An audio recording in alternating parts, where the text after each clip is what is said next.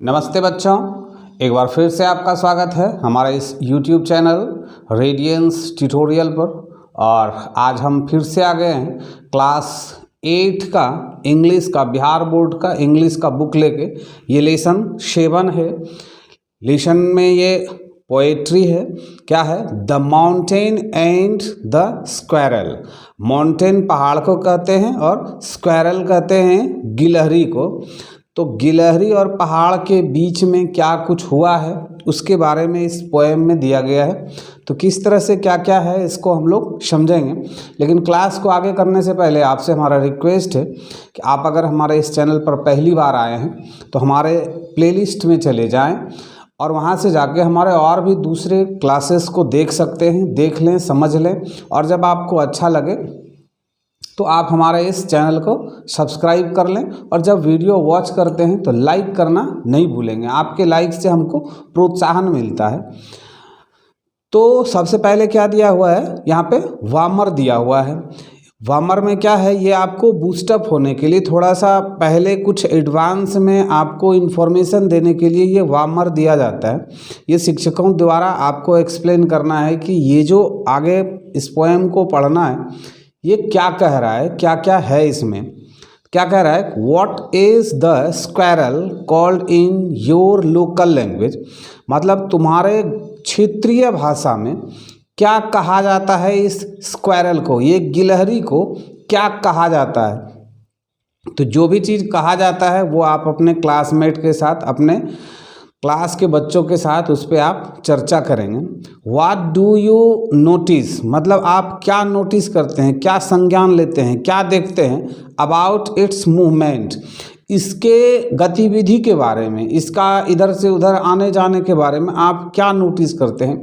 किस तरह ये खाता है, किस तरह चलता है, किस तरह रहता है, किस तरह दिखता है, ये चीज़ करने के लिए कह रहा है। उसके बाद है where does the squirrel generally live. ये जो स्क्वायरल है, ये जो छिपकली है, ये जनरली मतलब सामान्यतया रहता कहाँ है। एंड और व्हाट डज इट ईट, और यह खाता क्या है। रहता कहाँ है और खाता क्या है, ये आपसे पूछा गया है। शिक्षक आपसे पूछ रहे हैं, राइटर आपसे पूछ रहे हैं। इसके जो राइटर हैं वो रेलह वोल्डू इमर्शन है। थोड़ा सा इंग्लिश का जो नाम होता है वो हम हिंदुस्तानियों को उसका रियल प्रोनाउंसिएशन कर पाने में प्रॉब्लम होता है कि पता नहीं क्या नाम होता है। तो रेलह वोल्डू इमर्शन ये इनका नाम है। इस पोएम के जो राइटर हैं ये क्या लिखते हैं, the mountain and the squirrel, मतलब पहाड़ और गिलहरी, हैड अ क्वायरल, मतलब the mountain and the squirrel had a quarrel, मतलब ये पहाड़ और गिलहरी के बीच में एक बार विवाद हो गया, झगड़ा हो गया। And the former called the latter, और फार्मर मतलब पहले वाला और लेटर मतलब बाद वाला।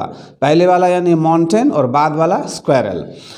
पहले वाले ने बाद वाले को कहा, क्या कहा, लिटिल प्रिग, मतलब तुच्छ प्राणी।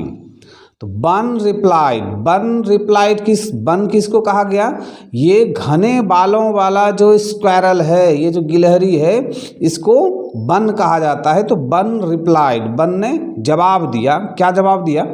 You are dotless very big, निस्संदेह तुम बहुत बड़े हो। डॉटलेस, डॉट इसमें बी का उच्चारण नहीं होता है, तो डॉटलेस मतलब कोई संदेह नहीं है कि तुम बहुत बड़े हो। You are dotless very big, मतलब तुम बहुत बड़े हो, निस्संदेह, कोई संदेह नहीं है। बट लेकिन ऑल सॉर्ट ऑफ थिंग्स, मतलब सभी छोटी छोटी चीज़ें, एंड और वेदर मौसम को, must be taken in together एक साथ लिया गया है। To make up a year, मतलब इस साल को बनाने के लिए, एक साल जो बनता है उसको बनने के लिए छोटे छोटे चीज़ों और वेदर को भी एक साथ लिया गया है, तब ये एक साल बना है। एंड द सरफेस, और जो आपके आसपास का सराउंड है, जो ये धरती है, वो सब उसमें भागीदार है, तभी ये कन्फर्म बन पाता है। ऐसा बात नहीं है कि किसी एक के सहयोग से बन जाता है। ये किसने कहा? इस वन ने कहा, यानी घने बालों वाले इस छोटे से जीव ने कहा, जिसको हम स्क्वायरल के नाम से जान रहे हैं अभी। एंड और आई थिंक, मैं सोचता हूँ या मुझे लगता है, इट नो डिसग्रेस, मतलब इसमें कोई अपमान वाली बात नहीं है, अपमानित होने की बात नहीं है।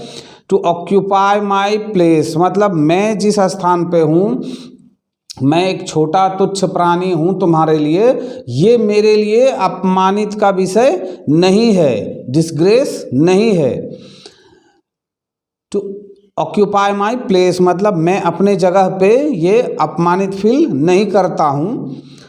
If I am not so large as you, अगर मैं उतना लंबा जितना तुम नहीं हो, you are not so small as I, तुम भी उतने छोटे नहीं हो जितना मैं हूँ। पहाड़ तो बहुत बड़ा होता है, बहुत विशाल होता है, तो ये गिलहरी क्या कह रहा है कि तुम ठीक है कि हम बहुत छोटे हैं, लेकिन ऐसा भी नहीं है कि तुम बहुत बड़े हो, ठीक है, लेकिन तुम मेरे जैसे छोटे भी नहीं हो सकते हो। तो मेरी अलग विशेषता है, तुम्हारी अलग विशेषता है। And not half so spare, और तुम मेरी तरह फुर्तीले भी नहीं हो, तुम तो जस के तस पड़े रहते हो, जहाँ का तहाँ वहीं पड़े रहते हो, तो मेरे जैसे तुम फुर्तीले नहीं हो। नेक्स्ट क्या कर रहा है, I will deny you make a very pretty squirrel track. I will not deny, मैं ये डिनाई नहीं करूँगा, मतलब अस्वीकार नहीं करूँगा कि तुम बनाते हो a very pretty squirrel track, मतलब गिलहरियों को रहने के लिए बहुत ही सुंदर रास्ते बनाते हो, यानी घर बनाते हो।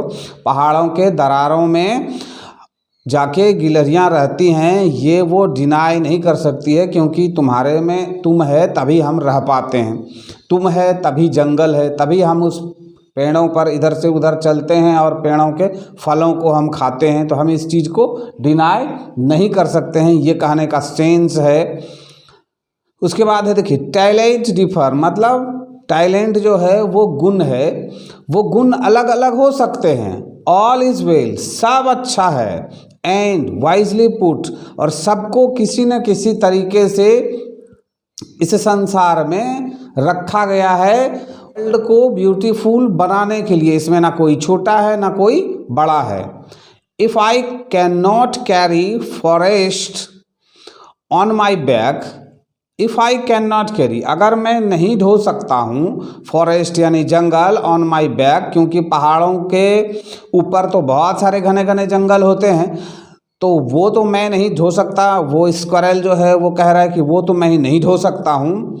नाइदर, ना ही, कैन यू क्रैक अ नट, जब मैं फॉरेस्ट को नहीं ढो सकता हूँ, जंगलों को नहीं ढो सकता हूँ अपने पीठ पे, तो तुम भी neither can you crack a nut, मतलब तुम एक अखरोट भी नहीं फोड़ सकते हो, यानी तुम कुछ भी नहीं कर सकते हो। हम इधर से उधर दौड़ सकते हैं, हम अखरोट को तोड़ सकते हैं, मगर तुम बहुत विशाल होते हुए भी तुम एक अखरोट नहीं तोड़ सकता है, तुम इधर से उधर चल नहीं सकता है।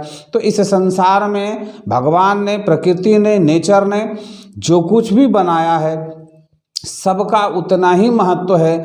कोई बड़ा है तो उसका अलग महत्व है, कोई छोटा है तो उसका अलग महत्व है। तो टैलेंट डिफर, अलग अलग तरह के गुण के सभी सॉर्ट ऑफ थिंग्स हैं, लेकिन भगवान ने सबको इक्वल बनाया है। All is well. तो मुझे उम्मीद है कि आपको ये पोएम अच्छी तरह से समझ में आया होगा। हम अपने इस क्लास को यहीं पे विराम देते हैं, और अगर आप इंग्लिश का ट्रांसलेशन और ग्रामर सीखना चाहते हैं तो हमारा खुद का एक चैनल है AMS स्पोकन गुरु के नाम से।